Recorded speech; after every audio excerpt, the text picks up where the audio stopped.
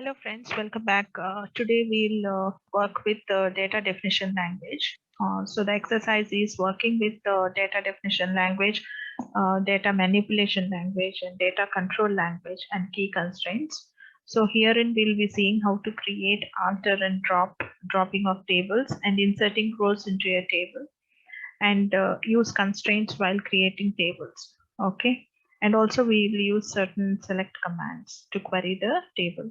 So to create the tables, we are taking the example of the Salesforce database. So in the previous video, I have discussed the schema of the Salesforce database, wherein the Salesforce database is having SID, SNAME, rating, age, and then this is the relationship reserves. The reserves relationship is having SID taken from the SID of the primary key of the Salesforce table, and BID from the births table, and day is the descriptive attribute of the reserves table.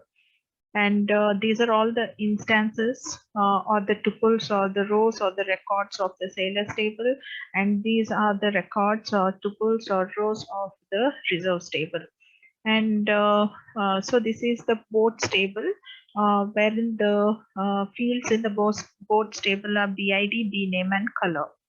Okay, so let me explain you what does it mean by a relational data model.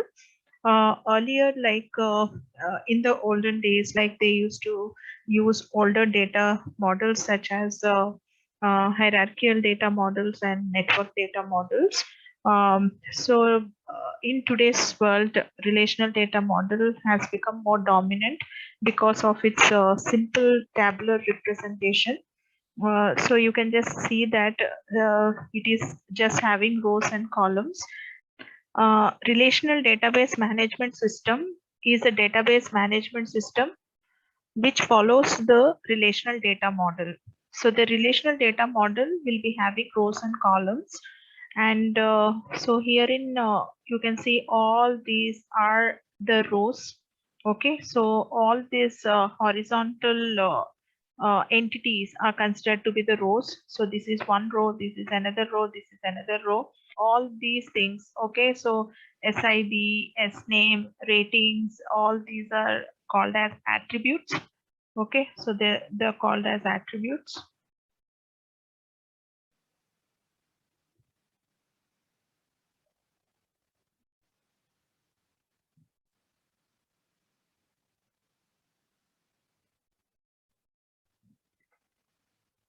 Okay, or also you can also call them as fields, and each and every attribute, for example SID, it will be associated with a domain name, and the domain name is the permissible values for a particular field.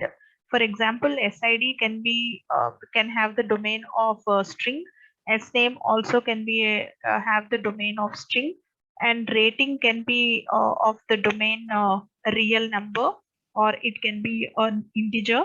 Age can be a real number. Okay, so that is the terminology. And also you call you have one concept which is called as the degree or arity of a relationship. The degree means the number of columns. So for a table, if you say the degree of the Salesforce table is a 4, because there are 4 columns, you say that the degree is 4, or else you also call it as arity, ARITY.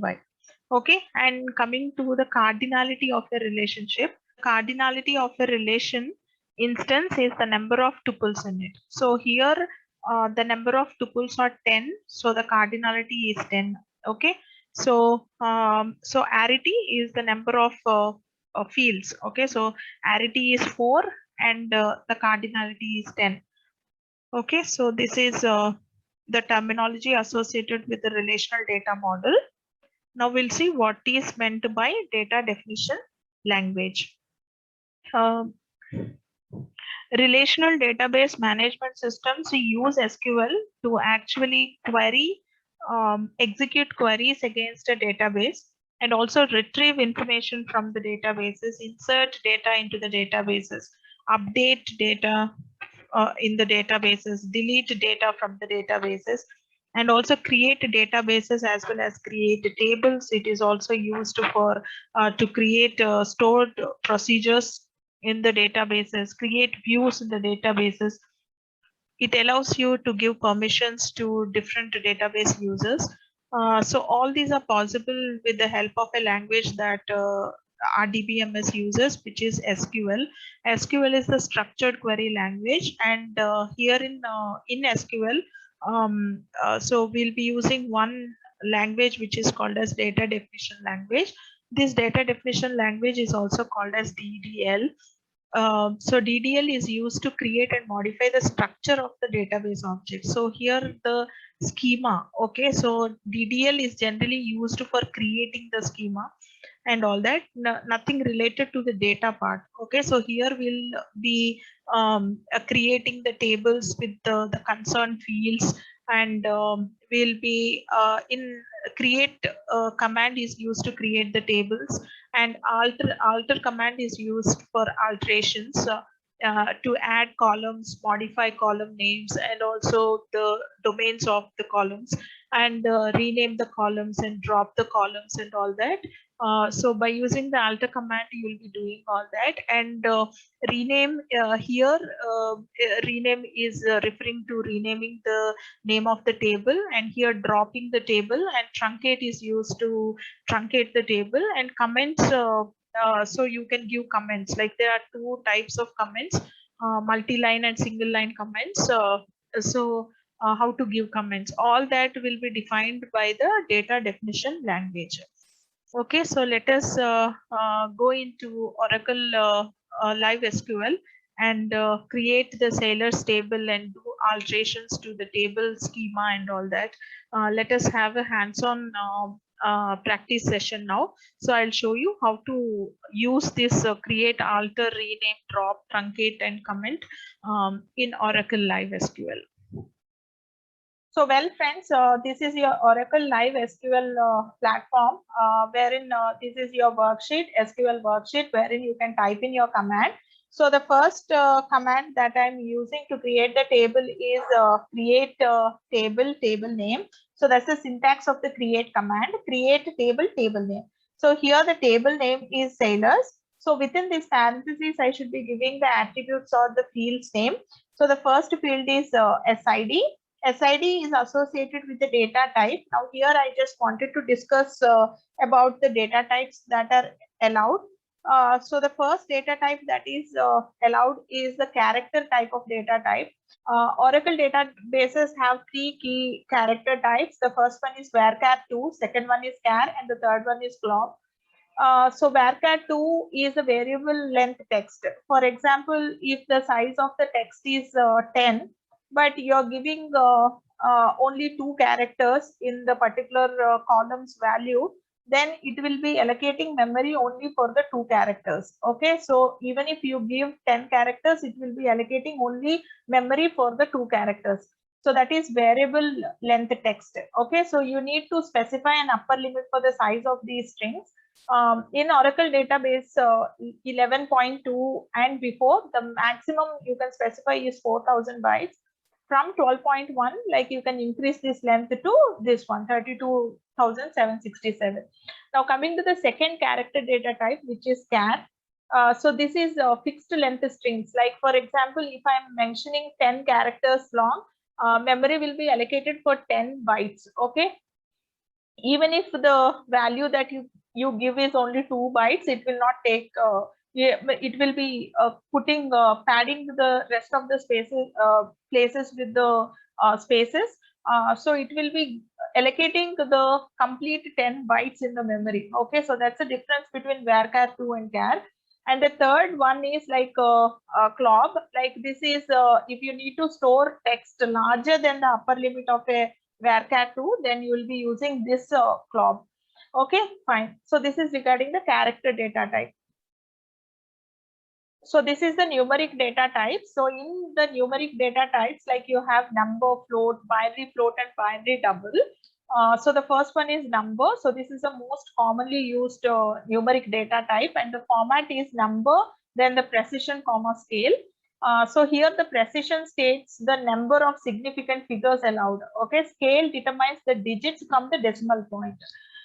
So the database rounds value that exceed the scale. Okay, so for example, So if I'm saying number 3, 2, it means that the digits that we allow is 3, and after this decimal point there will be 2 values of 3, 2. Now coming to number 5, it means that the numbers will be 5 digits will be there. Okay, so so the range is from minus 99,999 to plus 99,999. Okay, so the next one is float kind. So you can use float for having the real numbers. And in the floats, like you can also have 2 other data types, which is binary float and binary doubles. So you can how to put it in the create command is like this. Okay, so you can simply, if you have 5 digits to be mentioned, wherein after the decimal point 2 numbers are to be taken, so then you will say number 3, 2. So if it is simply number taken within the range, then you will simply say number, and this is integer, so which is rounded off number, and then the float 10, so wherein it will be taking a floating value, and this is real. And binary float, you will be just saying binary underscore float, and binary underscore double will be for the float and double values. So these are for the numerical data types. So getting back to our create command. So here I'm mentioning the data type of this particular SID to be number. So I'm saying number, and so I'm saying SID is of 5 values. So I'm saying number 5. So herein I am trying to give the integrity constraints over relations. So what is integrity constraint? Integrity constraint is a condition. Okay, so that is specified on the database schema and restricts the data that can be stored in an instance of the database. So DBMS, database management system, enforces integrity constraints in that it permits only legal instances to be stored in the database. Means that only valid kind of information gets stored in the database. So the one of the integrity constraints is the key constraints. So the key constraint that is primary key. So what is primary key is that primary key uniquely identifies a tuple. Okay, so so we are mentioning, like we are looking into the attributes of the sailors table, and we need to identify what is the field that uniquely identifies a tuple in the relationship. So one of such fields is SID. So we are saying SID to be the primary key. So I'm saying space, then I'm saying primary key. Okay, so the second attribute is sname. Sname is of type string. So I'm saying varchar. I'm giving the size of the name size to be 20. And then I'm also saying that you cannot leave this entry to be null. Okay, so if you don't know the information, or if you are not sure about the information, you can also put null there. But here we are again enforcing the integrity constraint that it should not be null. So whenever you try to insert values into this particular table sailors, you should not leave this sname. Okay, so you have to give some name or the other. So that's why we are saying it is not null. Primary key itself says that it should be unique, and also it should not be null. But other than the primary key, if you want some other fields also to have this not null kind of integrity constraint, then you can use this not null. Okay, so coming to the next attribute, which is rating. So I'm saying rating is number. So again, I'm giving some number and the range. Okay, so then again, the last attribute is age. Okay, so age is of number again. Okay, so number, so 3. Okay, fine. Okay, so I'm also inserting another integrity constraint, which is check constraint. So what does check do is this check constraint is used to limit the value range. Okay, so that can be placed in the column. So generally the rating, if you observe the rating of the sailors table, the rating is in between 1 and 10. So if you don't want the users to enter number other than 1 from 1 and 10, you can use a integrity constraint which is called as check. Okay, So I'm simply using check and opening the parenthesis, and I'm writing the condition. So the condition is rating greater than or equal to 1, and I am saying rating less than or equal to 10. Okay, so wherein here I have imposed the check constraint also. So this is how I'm creating the schema for the sailors table by using the create command. Select all this and now click on the run button. So when you click on the run button, so you can see here, friends, that it is saying table created. So the sailors table is created. Now we'll create the other table, which is the boats table. Okay, so in the similar way, I'm saying create table. So the syntax is create table boats, and then inside the boats, like we are saying BID, so which is again number and 5, and then which is the primary key of the boats table. So primary key, comma, then you also have B name. So B name, which is a boat's name, which is varchar 2. Okay, so the name of the boat I'm giving as the size to be 10, and then we are having B color. So B color is the color of the boat. Again, it is varchar. It's a string, so we are saying varchar 2, again 10. Okay, so this is how I am creating the boats table. Check for the syntax and parentheses, else you'll be getting some errors over here. Okay, fine. So I am clicking on the run button. So friends, you can see that it is saying table created. So now the boats table is also created. Now the relationship table, which is reserves. So I'm creating even that. So I'm saying create a table. So reserves. Okay. So in here, like in the reserves table, the primary key of sailors and the primary key of boats will come into this reserves. So which is SID. So you can also have a different name for the attribute, but I'm using the same name. So which is number 5, comma. Then we are saying BID, which is number, and the size is 5. Okay, so apart from this, you are having a descriptive attribute, which is date, and the date is the data type over here. The 3 attributes combined become the primary key for this particular reserves table. So I am writing over here, I'm saying primary key, and then I am mentioning all that comprises all the attributes, the minimal subset of the fields that comprises the primary key. So it is SID, comma, BID, comma, day. All these 3 things together become the primary key of this particular reserves table. Now we know that this SID is from the sailors table, and this BID is from the boats table. In reserves, this SID and BID becomes the foreign key. So to mention the foreign key, what we are saying foreign key, and then the name of the foreign key, which is put parenthesis over here, which is SID, and the syntax is like this. We will be saying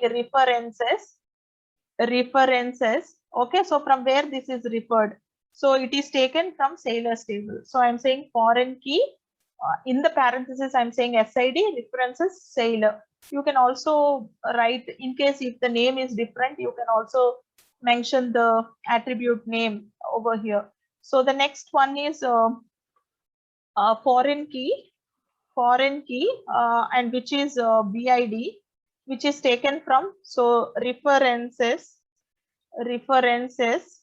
boats table. So boats. Okay, so what is the name of the attribute over there, which is BID. Okay, so this is how I am creating the reserves table. Select all this and click on the run button. So friends, you can see that all the 3 tables are created. So once all the 3 tables are created, so to see the schema of the tables, okay, so I am using the command which is called as describing the tables. So DSC, and I'm saying sailors. Okay, so select this and control enter. So you'll be seeing the schema of the sailors table. So friends, you can see this is the schema of the sailors table. Okay, so let me show you the schema of the boats table. So this is the schema of the boats table. So you can see here that it is saying table boats and the schema of the boats table. So the schema of the reserves table. So reserves.